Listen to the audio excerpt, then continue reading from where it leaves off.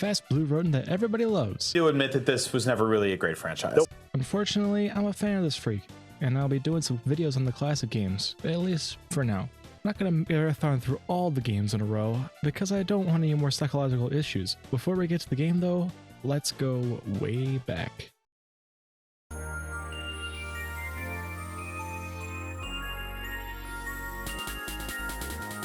In the prehistoric age of 1983, a little company known as Sega threw their hat into the ring of video game entertainment with the, let me see if I'm reading this right, the Sega Game 1000, and it did okay? Compared to Nintendo, who at the time had owned the home console market, literally and metaphorically, the console was just there. But it must have been somewhat successful, because a year later, there was an upgrade released nationally that some people might recognize, the Sega Master System. From there on, Sega took off into becoming a competitor in the video game market and had hit new grounds, especially with the later release of the Sega Genesis, aka Mega Drive, one of the first 16-bit consoles. Releasing in '88, they were a bit ahead of the curve, but their games were starting to lose traction. They were good, sure, but they needed a concrete mascot. The name's Poochie D, and I rock the telly. I'm half Joe Camel, and the third Bonzer out. Sega had put together a team to create this new character along with the game. After many revisions, on June 11th, 1991, Sonic the Hedgehog was born. Yuji Naka's creator... What? Yuji Naka, Sonic's creator, and the rest of the development staff Sonic team were propelled into stardom. I wonder what that Yuji Naka fellow has been up to. Oh. Sonic team has never really been the consistent type, with them always changing members and gameplay styles of Sonic games. We'll get into that later, but Sonic is probably the longest running franchise I'm a fan of, besides Metal Gear. Oh, god damn it. Ooh, well that didn't age well, did it? Sonic also, like Metal Gear in my opinion, has always been a bit awkward in the beginning. Fortunately, this game had enough success to get sequels. A lot of them. From those sequels, we get some of my favorite games of all time, but you know how we roll around here. We start from the beginning, the origin, the Genesis. Speaking of, I'm playing my millionth copy of Sonic 1 via Sonic Origins because 1, I haven't played Sonic Origins yet, and 2, it's easier to capture. Obviously playing classic mode with lives, 4:3 aspect ratio, the whole 9 yards. And I'm going to try my best not to use the spin dash because yes, the original game didn't have it. Alright, let's go. Alright, fine. Okay, so there's this guy, right? Dr. Ivan Robotnik, aka Dr. Eggman. His design is based off of Theodore Roosevelt, which I can kind of see. Anyway, he wants to roboticize the world and finds the existence of South Island and the Lost Chaos Emeralds, which for some reason there are only 6 in this game, but I guess they just didn't think that far ahead. Anyway, so he sets up shop building his scrap brain base, and Sonic, being such a nice and rad dude, goes to stop him. That's basically it. 90s storytelling for you right there, folks.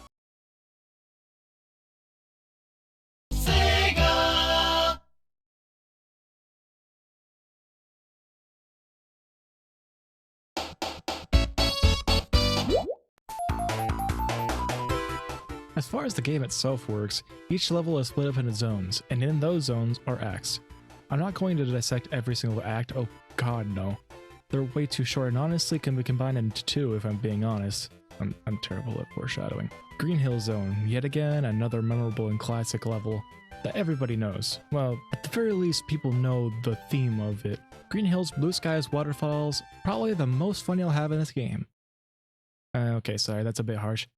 It's fast, fun, and gives you an idea on how Sonic feels. You're able to roll into a ball by pressing down while running, and it's not only a form of attack, but it's also a form of gaining speed. You see, back in the day, Sonic games used to have this thing called physics, so when you'd roll, say, down a hill, you actually gain speed and momentum. It's amazing, and more games should definitely use it. Now I know what you're thinking. Oh my god, another classic die-hard fanboy. And you know what? Yeah. You ND check by running past a goalpost that turns from Eggman's side to a Sonic side. It's such a snide middle finger to Eggman, I love it. Okay, first boss fight. Okay, the boss is already over. I'm just gonna say this now. There's not much to these bosses. They're easy to predict and you can get an idea what to do as long as you have eyes. Destroy Eggman in a couple of seconds, blow the lid off the animal capsule, and we're off to the next level. Good lord, it's like putting a speed bump in a 30 miles per hour zone. I'm not entirely sure what they were thinking when they made some of these levels. Yes, I know this is a platforming game, but this is Sonic, not Mario. The difference between the two is the twists and turns, going up and down and all around, thinking fast on your feet. Pun entirely intended. God, I hate Sonic Colors.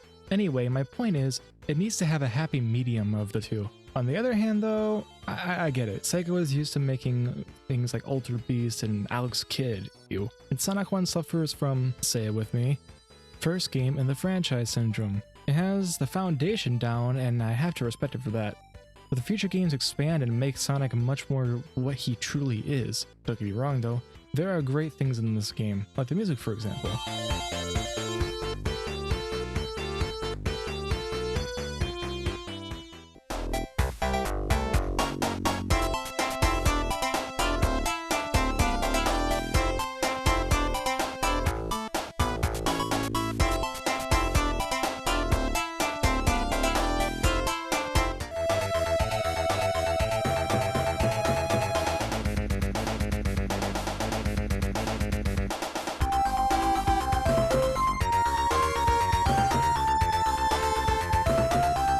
That will become a certainty in at least 99.9% of Sonic games going forward. There aren't many tracks in this game, but they're all amazing.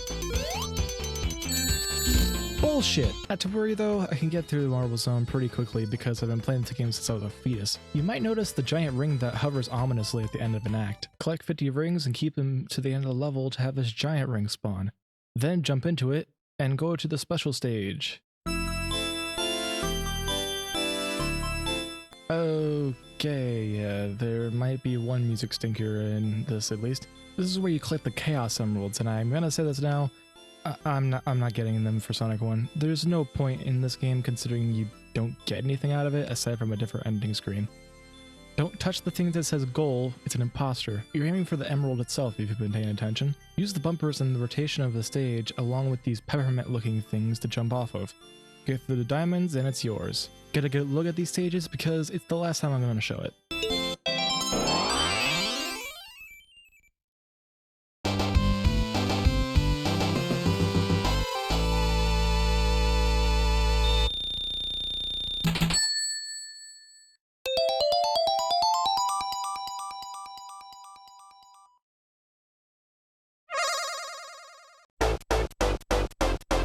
Finally, onto my personal favorite of these stages, Spring Yard Zone. Nice and colorful, and it graphically looks, okay. I have to admit the later games spoil me in terms of graphics, but it still holds up, I think. If you haven't figured it out how to build up speed, this is the zone to get down. In later games, we're going to take advantage of that in more ways than one. For now, it's pretty limited, and it always seems to be in these casino-style levels. Spring Yard being the first big city/casino level in the franchise, with these random neon signs. Cope? Yeah, I've been trying. Can only imagine the amount of head trauma this Hedgehog's been through in just this level alone. Speed shoes and invincibility. Speed shoes, well, speed you up, and the music for a short period of time. And invincibility shield, well, I think you can figure it out. Does this guy seriously have 300 IQ?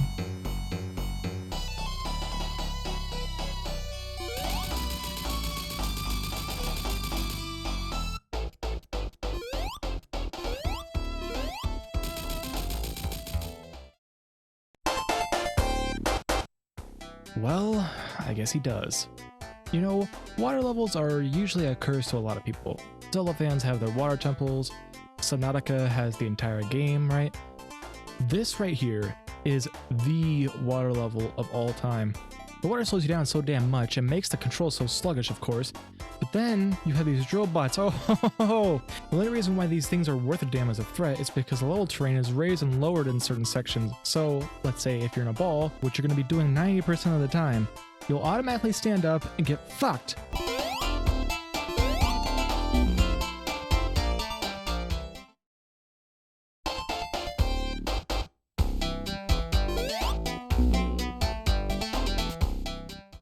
This boss fight isn't really a fight. It's more like a test of platforming skills, which would be cool and fun and all, if it wasn't fucking Labyrinth Zone.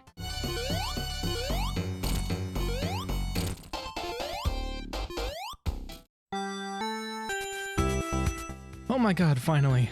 I could cry. I got through that in one shot, surprisingly enough, and Starlight Zone is my reward. And Starlight Zone is seemingly everybody's favorite level, meh. It's back to speed, especially after what the hell is that? There are fans now trying to stop you. What is with this game and not wanting to go fast? I mean, look, we go fast. We almost go past the screen right here. We do it once or twice. But the main problem, I think, is with this level is the bottomless pits and these platforming parts. I hate bottomless pits in general, but especially in Sonic games. I sure hope that doesn't come back in other 2D games. I actually got a game over in this shit. God damn, it's a recording course. I swear I'm better than this. The boss this time is actually something interesting.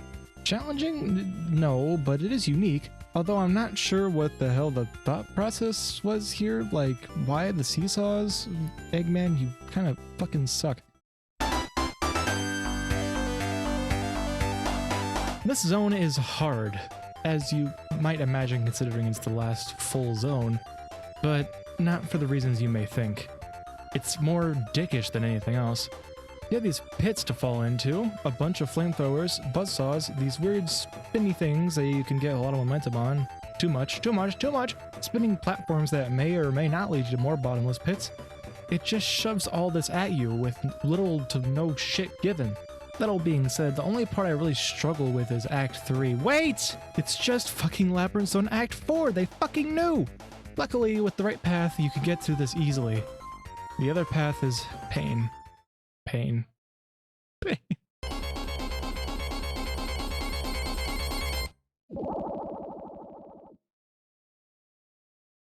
Now this right here is the final boss of this zone as far as I'm concerned.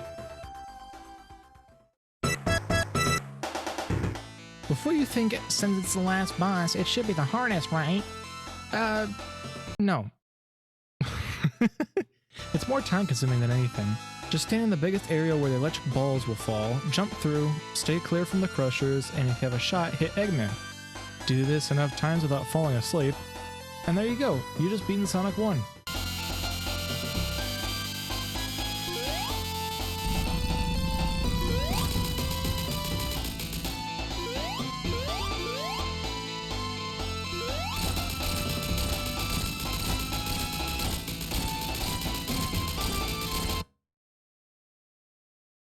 Hello all, Calypso here. Nice and short one for today. I figured I'd create this video just to show that I'm not trying to be a Doom channel or a Doom-tuber. I just want to talk about games that I love and franchises that I love. Hopefully games that you'll love too, or maybe ones you'll be interested in. So stay tuned for the next episode or the next series I go into. Feel free to check out the previous episodes, and I can't thank everybody enough who's watched said episodes. And thank you for watching this one.